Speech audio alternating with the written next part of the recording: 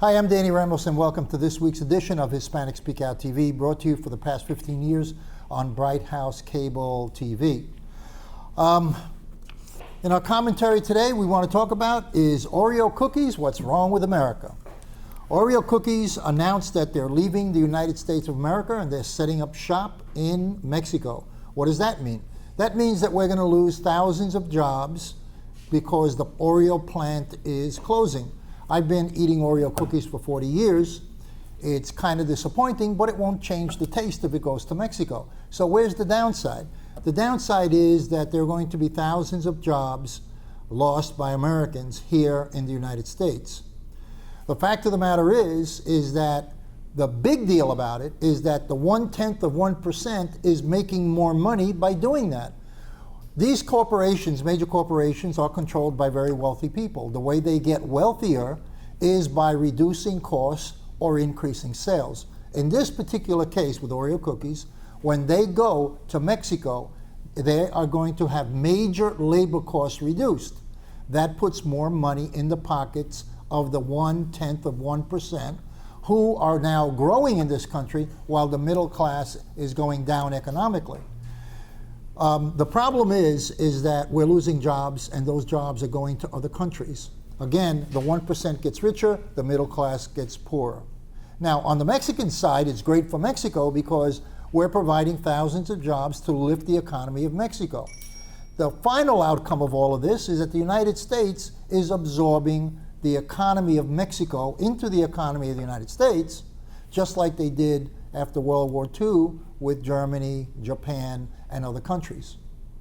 On another note, we have Paul Ryan, who announced that he is not supporting Trump.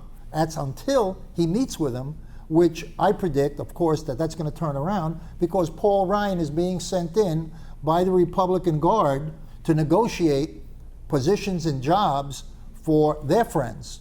So now Donald Trump, if he becomes president of the United States, will be appointing cabinet members and, of course, the vice president. So why does Ryan come out all of a sudden not wanting to support Donald Trump when he's supposed to? Because now Donald Trump is supposed to be technically his boss. Oh, well, he's being sent in again to negotiate opportunities for the old guard of the Republican Party, which Trump has already said that he doesn't really need, but the fact of the matter is he does need them to run a national campaign. He ran the campaign for the primary, but he doesn't have enough money to run a national campaign. He needed $100 million, $200 million to do that. And Trump is not going to put up $200 million to run for president, and he still needs the old guard of the Republican Party in order to get elected. So they're going to meet, and somewhere along the line, they're going to have a photo op in the next 2 weeks where they're going to be bosom buddies so that everybody gets what they want. We're going to, right now, going to go and take a break. But before that, we're going to be running commercials in this show about jobs available in the area of Central Florida. There is a bank coming to Central Florida that's going to be hiring 200 to 300 people in their telemarketing department. And that's going to happen very soon. So if you're interested in getting one of those good paying jobs with bonuses, keep on watching the show because there will be commercial breaks announcing those jobs as we go forward through the show. And right after the commercial break, Jose Miranda will be interviewing Amy Mercado, who's running for her father's seat, Victor Torres, and Victor Torres is running for Darren Soto's seat, and Darren Soto is running for United States Congress. Nothing like keeping it in the family. Welcome back to Hispanic Speak Out TV, brought to you every week on Bright House Cable. And now we're into our political discussion. Our friend and host for Speak Out TV, Jose Miranda, is not with us this week. He's out ill, and we hope, we wish him well, and he'll probably be back next week to join us on the discussion. Right now, Trump took Indiana a few days ago, and Trump now has said that he is no longer in a race for the primary. He's now running against Hillary Clinton. From now on, his efforts are going to be against Hillary Clinton. What do you think? Well, and what do you think is going to happen to your favorite candidate, Cruz? Ted Cruz? Well, first of all, yeah, he had a great night in Indiana. Who? Donald Trump. Yeah. And it looks like it's going to be him and Hillary Clinton, unless my man Ted Cruz decides to run third party. I would definitely. You don't think he's going to do anything in California? Because now Cruz is mentioning that he's going to go to California. California is a liberal. But Trump's more up liberal. like 20. Yeah, Cruz will finish this out. I believe he will finish this out. I believe Kasich will not. What do you think is with Kasich? Kasich wants to go to the convention, and he's announcing that he's going to go to the convention and become president at the convention. Well, he'll become be the nominee. He'll be there because he is the governor of Ohio, so he will be. He has to be there. Yeah, in Cleveland. Yeah. I mean, it's not a bad way to get like a lot of attention. You just cruising in, man, and just kind of hanging around. Yeah, but I'm beginning to think he's kind of like a little off mentally. No, he knows little bit. He could be the vice president nominee under Trump. Oh, That's then what we have a lot of problems. Ooh, Yes, sir. So tell me, as a conservative, how do you feel if Trump becomes president of the United States? What's your reaction when you get that image? I believe that Donald Trump will try to be conservative. I just don't know if he can hold his tongue and or go back to his liberal New York value ways. I think he's going to make a lot of deals. He's going to try to get things done, but he's going to upset a lot of politicians. But he really cares? I care, but I care as an American, and you should but he doesn't too. care. He's going in there to clean house. I mean, he's saying he's going to go in there to clean house. Yeah, he Yeah. doesn't owe anything to anybody.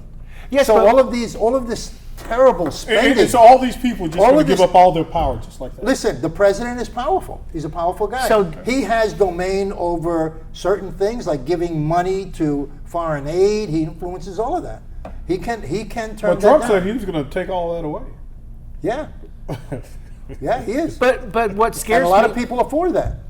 They're for reduced. Listen, we give money to people without even knowing what happens to that money. I know. Right. They No, in normally reality- steal it. No, They I- normally I- steal You know, it. I always go back to the thing. There's $500 million given Yeah. to train Afghanis, and they train 7 Afghanis with $500 million. I agree. Some guy in Afghanistan has a big bank account in Switzerland. I agree. I agree. And that's not the first time. No. That's been repetitive. We had 2,000, when we left Afghanistan, we left 2,000 military vehicles intact. Yeah. Intact. But I want to get Instead back to of taking them out, nobody thought, hey, you know what? If we leave 2,000 trucks, Jeeps, ISIS is armored driving vehicles, around. we're financing ISIS. Nobody ever said, we can't leave this crap behind. They're going to use it against us. I understand, but go back to what you said earlier. He doesn't care, and that scares me as an American. Wait a minute, let me finish. It is. 300 million people that he is supposed to take care of as president. Mm-hmm. Love him or hate him, but he's supposed to be responsible. And if he doesn't care attitude, and he throws it into chaos, that could be a bad thing for us Americans. When I say I don't think he cares, I'm not talking about the 300 million. I'm talking about the political repercussions which every politician has to answer to when they go to Washington. Yeah, he clearly doesn't care. He doesn't. He will go in and say, "Hey, you know what? I don't care what lobbyist you are. Get the hell out."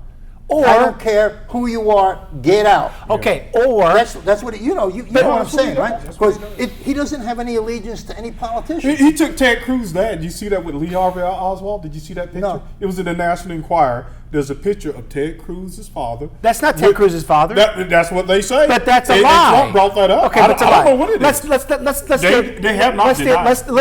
let's stay on point. Okay, Donald Trump, the Republican base. You asked me a question. What scares us is he may not care about those politicians and lobbyists. Which, as a voter, I would love that. But I think that he would get in line, lock, stock, and barrel with the establishment and just continue the same thing that all the other politicians do. That's what I'm afraid of. We have to wait and see, but that's what we're afraid of every politician when they get into power. Well, power corrupts, absolute power corrupts absolutely. Okay. And in the case of Trump, I'm hoping that he has so much money that he's not looking to get out of office and be rich, that he's got the money already, so he's going in, you know what I mean? Because every politician goes in, they're nice, idealistic. By the time they come out, they're there for 40 years because they're taking all kinds of kickbacks and money under the table. Right. Sorry, let me ask you this, Dan. but that's what I believe. Look at the Clintons. Let me ask you this, man. What happens to the Republican Party now? After the Who is election? the Republican Party? I don't know. I'm asking you. You're Republican, right? Okay. No, I'm not a Republican. I'm an independent, but but I'll ask both of you I guys. lean Republican. At this point, what happens to those guys? I think that all of those guys have to come behind and make concessions. Well, if he's asking me, I believe the end of the Republican Party ends on January 20th, 2017. It's over. Well, that the could Republican happen. Party. That could happen. It could happen. Wow, one man took over that whole party. Well, Jeez. that could happen, but it's in the book. I mean, there's such a backlash by the American people being tired of 40 politicians being in office for 30, 40 years. You mean that cracker that was giving Cruz the business a couple days ago? Which yeah. cracker? That guy was wearing the glasses. That's a Cruz supporter. Yeah. A dumb white cracker. Okay. Wow, man, really? That's a Trump supporter. Oh, come No, on. come on. Come on, man. All right, I'm not saying there's not. I can say that as a there's white lot- cracker. There's a lot of that in every party. But the fact of the matter is, there are so many people. Trump has literally stolen the floor, the carpet, and ripped it out of the bottom of the Republican Party. And you know what? That's Romney. That's George Bush. Yeah. That's Jeb Bush. These guys are powerful people. Very powerful. Very man. powerful, institutionalized people. They've been in power for 40 years. And you got two sides of power. You got the Clinton power, and then you have the Bush power. Okay, the Cheneys that were behind the Bushes with money and Halliburton. So you have these two massive structures of institutional power, which Trump has trumped, He hijacked. Yeah, I agree. which is unbelievable. It's unbelievable. It really is. I thought it started out as a joke. No, but I think, and nobody believed that he could pull it off. All of the polls and all of the pundits on all the major news, this guy is not going nowhere. I remember, this guy's not going Now, nowhere. one thing I will say about the Republican voters, right? They have gotten smarter. They say, you know what? I'm not the 1%. These guys aren't doing jack crap for me. Yep. And that's why the backlash is occurring. They're not. Well, let's remember, Listen, the general election is a couple of months away. The reality is, Oreo cookies is going to Mexico. Okay? Okay. I've been eating Oreo cookies since I was a little kid. Okay. All right? Every time when a little kid, I used to reach out, give me some Oreos. I want Oreos. All right? I like the vanilla Oreo. I don't have a problem with them going to Mexico. But you have to understand the implication of Oreo cookies going to Mexico. Okay? The middle class gets poorer. Right. Okay? The poor get poorer. Right. The middle class gets poorer. And do you think the 10 to 1% is that's why the concentration of wealth is going to the 10 to 1%. So if Trump or Clinton becomes a president, do you believe in either or, do you believe in 4 years our country, economically, militarily, all these, great, will they be better off or worse off in your opinion? In my, listen, I don't have a final opinion yet because I'm praying. Okay. I'm just hoping that Trump has the stamina and the truthfulness to do some of the things that he's claimed to do. Okay. You guys are not suggesting that Trump is going to win, are you? Because that's Trump not is going to win. I don't think he's going to win. You don't think he's going to No. win? Okay. No. Well, Steak dinner. Steak dinner. Trump does not win. Steak dinner. Trump Okay? does not win. Now wait a second. That means that if you lose and you lose, You I get get two two steaks. steaks. There you go. I love it. I love it. Steak and shake? Listen, no. Ruth Chris, something really halfway All right. decent. Okay. All That's right? fine. That's I'm not going to say the other place. Okay. But I think that if Trump becomes president, he's going to try to stop the leakage of money leaving the country and the leak of jobs leaving the country. I think that he's Okay. going to do that. Okay. Because if But he how doesn't, can you stop that? if he doesn't, But then you can't stop a company from relocating. you can give them benefits. You can give them tax benefits. You can give them all kinds of incentives so they don't leave. But then, do you think they become so greedy? Like, let's say, for example, Nabisco. I don't know their financials, right? Let's say, hey, I'm not making $1 million in profit. I'm making 500,000.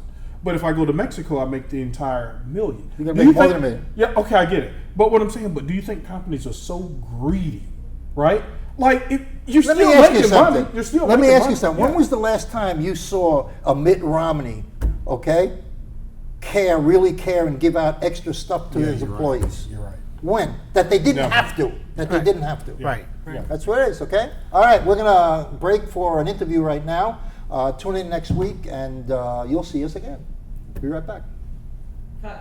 That's a good point you made. What? Synchrony Financial está contratando a representantes bilingües de colecciones en Orlando. Ofrecemos un salario inicial competitivo, incluyendo bonos mensuales hasta $1,200 y un paquete de beneficios integrales, cuales se inician desde el primer día. Aplique hoy en synchronycareers.com, que es SYNCHRONY careers.com, o envíe por texto el código SYF103 al 90206. Repito, envíe el código SYF103 al 90206.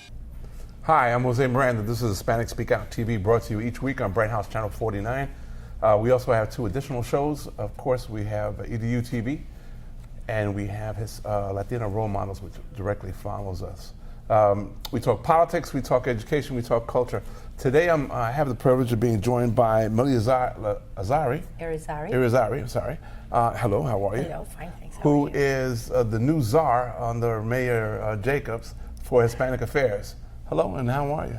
Hello, so fine, thank you. How are you? Good. So tell us about your position, this new position that's been created by the mayor. Well, this position is a key position for Orange County. As we know, 29.2% of the population in Orange County are Hispanics. So for Mayor Jacobs, it is very important that we continue to stay engaged with the Hispanic community. And she saw the need of having someone in her office as her special assistant that will address the issues and opportunities and challenges the Hispanic community faces now in Orange County. Right. Recently, I joined you in a large meeting of media, Latino media people at the office, and we spoke about trying to reach not just the public but the media. How do you go about doing that in such a Latinos per se are very controversial, all by themselves? So tell me. To reach about the media? Yeah. Well, we have a great communications department in Orange County, and we have great connections with all the media outlets, not only the written media, TV, social media, every media outlet that you can think of, we have access to, and we have created great relationships with them. Latinos are, you said 29%, is that right? And you base that on what exactly? On the 2014 statistics the census came out with, was a projection they made. And I'm sure that by now that we're in 2016, it's probably more than 29%. Yeah, my biggest beef about Latinos, and I happen to be a Latino, is that we can't seem to get out and vote. How will your office try to, because you want to communicate with the public. Correct. And we have a public that doesn't necessarily come out that well. So how do you get around the normal stuff that's... Well, creating different partnerships in the community. For example, we have the Hispanic Federation. And one of my tasks was to create different partnerships in the community to help me spread out not only the importance about voting, but many other issues. And the Hispanic Federation tasked themselves with teaching the public on the importance to vote, and created many different areas where they were able to register, and also working closely with our Office of Elections. Okay. Tell me, is this being specially funded? Well, let's begin first. Your background, you already involved with the community. Yes. You were part of the Hispanic Chamber. I was part of the Hispanic Chamber. I'm still part of it, as we have a membership with the Hispanic Chamber of Commerce. Right. I was the chair of the chamber in 2004, served as a director 3 years prior to that. Right. Did a lot of community outreach, working for Florida's Blood Centers, which is now One Blood. Right. Created a whole new Hispanic initiative and education awareness campaign. So I've been in every front in our community trying to bring awareness and information. I know the mayor is very much involved with the community, especially the Hispanic community. Yes. All right. So, is there a particular thing that she wants to see accomplished right away, because you just started? Well, one of the things she wanted to make sure was that we reach out to the different organizations in the community that were Hispanics.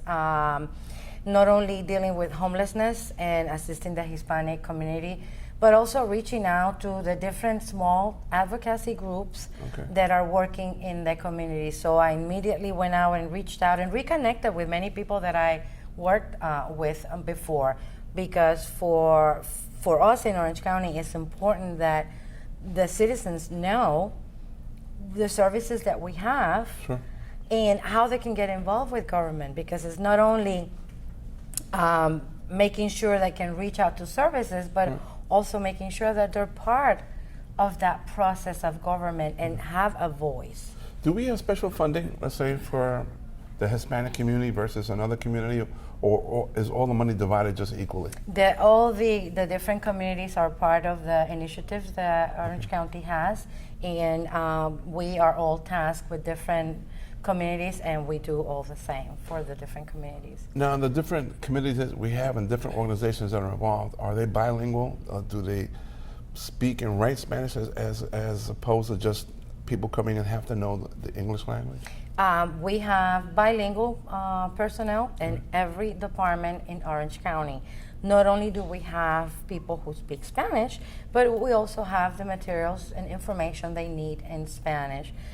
In addition, we have our 311 service that citizens, where they see a pothole or an animal case, they can call and find services.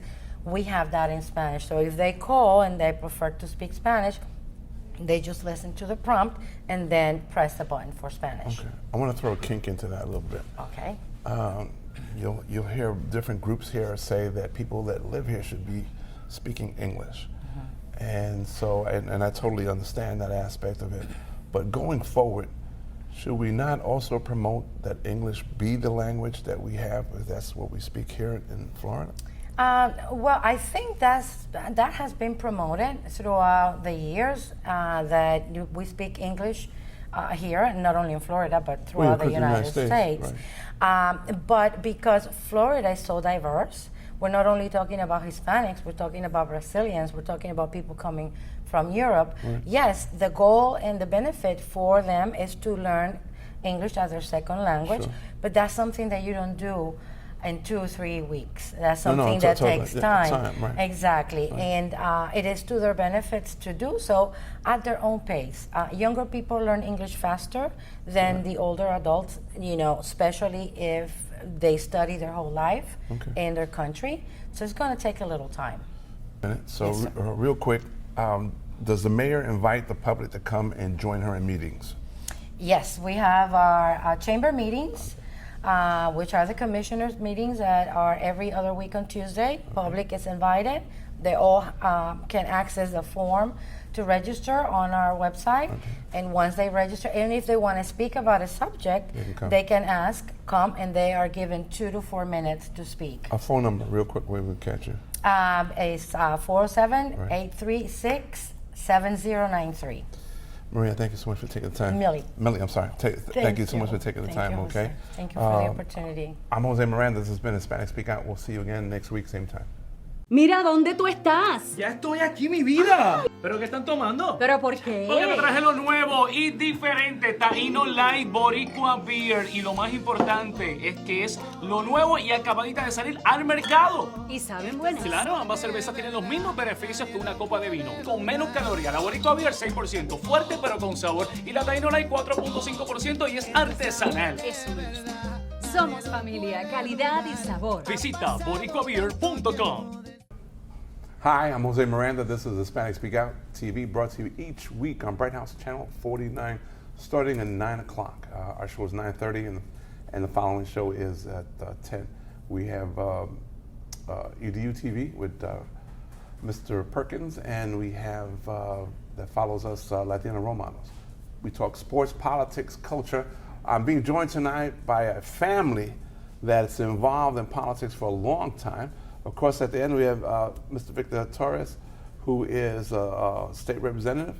And next to him is his daughter, Amy Mercado, who's also running for the office that Mr. Torres is going to be leaving. So welcome, guys. Thank you. Thank you for the invitation again. Thank you for joining me once again. I love having you guys. This is a family affair in politics. I don't think I've read or heard of it before, other than the Cheneys in the White House, okay? So are you guys following in that footsteps, or you're creating your own footsteps? We're creating our own. Okay. That's a whole different legacy. Well, Jose, she ran first. Right. So I followed in my daughter's footsteps. Okay. Instead of the daughter following my footsteps, Right. I followed in her footsteps. Okay. He just happened to win. He just happened to win, and you lost. I lost in 2010, but I'm back and You're looking back, forward and to you're this. running for his seat. Now, what are you going to do different than he hasn't done? Well, That's usually what they say, Yeah, right? What are you yeah. going to do differently when they so come it's not out? necessarily different. It's continuing some of the battles that he started, Right. especially for working families. It's very important that we continue Right. chipping at the problems that we've had at the state level. It does, it's not an overnight fix, but he's Sure. done really well in 4 years, and I want to continue some of that piece and those work, especially within our local area, Right. making sure we have good jobs here and that they stay here and that they're good paying jobs for people. Right. Our kids need better education and better funding within the education system. Sure. We want to make sure that, yes, our teachers need to be accountable, as do our students, but all the outside forces need to be just as accountable. Okay. And we want to make sure that we have good health care here in Florida. There's still so many people, 750,000 plus people that Right. don't have insurance, that we can help with Medicare expansion. And the only way we can do that is to continue chipping at it and continue bringing things forward. If we're in a group that's predominantly, this state is predominantly Republican per se, and we both know that in order for a Democrat to get something passed, it's a pretty reach, it's a far reach. So how are you going to do it? Because I know your dad has been butting heads for years. Yeah, he's gotten, I think, he's spent more time fighting that battle. This cycle, I think, begins some of the change. You'll start seeing Okay. those lines have changed Right. as of 2012, and effective this year, the Senate and the Congress has changed in redistricting. Right. And so the chamber, you'll start seeing it navigating into a more balanced arena. The supermajority that we've dealt with has strictly been, not because it's a Republican state. Democrats outnumber Republicans in the state. What it is how those lines are drawn. Right. And how they And take now they've advantage. changed. Right. And so now with the Supreme Court case and the things that have occurred at the state level, it changes the dynamics and it allows for better communications. There has to be consensus building at this point because those lines start changing. So this actual cycle begins that change. You won't see it overnight. It won't just be the So cycle. you're actually hoping there's going to be some sort of communication. Oh yes, That's what you're saying? That's always part of Okay. the goal and the deal. But you want to make sure that you have those hard conversations. Right. And at this stage of the game, and some of the prior legislators and the things that they've had to do, Right. what they can do on the Democratic side is stop bad legislation because they don't have the supermajority. They're in the minority, Right. and they want to make sure that we at least have an opportunity. At this point, it was to block. Now we can start making headwinds for change. Okay. The possibility of retaining the seats that we lost in 2014, now in 2016. This is Looks and promising. it's a promising, and it's a presidential year where many Democrats go out to vote because it's presidential. But also you have the first time in my 4 years up there where all 119, we all voted for the budget. Right. You never saw that. It was a give and take between the Speaker, Right. between the appropriations, Corcoran, and the Senate. So it looks promising, and the idea of electing new senators Right. to that, like that's why I'm running for Senate, because I feel I've learned my 4 years, and I want to move on and see how we can make it better, how we can work together across the aisle, because we don't want to overrule. We want to join together and say, hey, let's make it fair, let's make it equal for all our constituents, because we all have concern as to what's going on. We got I'd about, like to say something on that. okay, 'cause we got about 3 minutes. Right? Sure. So within leadership right now, Right. and within the demographics, the Republican demographics at the state level, Mm-hmm. they're not happy with what leadership has done in the last few cycles, especially, Okay. even though they are registered Republicans. Right. At the end of the day, when the balance of power is so far to the right or so far to the left, Right. there's no real work. It's really a matter of they just spoon feed you something and you're done with it. Right. At this point, you have real leadership and community folks and owners of businesses that want consensus. They want to be able to figure out what that balance looks like, especially within their communities. They want to be able to be productive and be profitable Right. and stay here as significant amount of time. We've been talking all this time to try to do all these tax breaks for our governor has, and so how do you keep them here if you're not doing things fairly? Thank you so much for joining me. I Thank appreciate you. it, right? I'm Jose Miranda. This has been Hispanic Speak Out TV. We'll see you again next time, same place.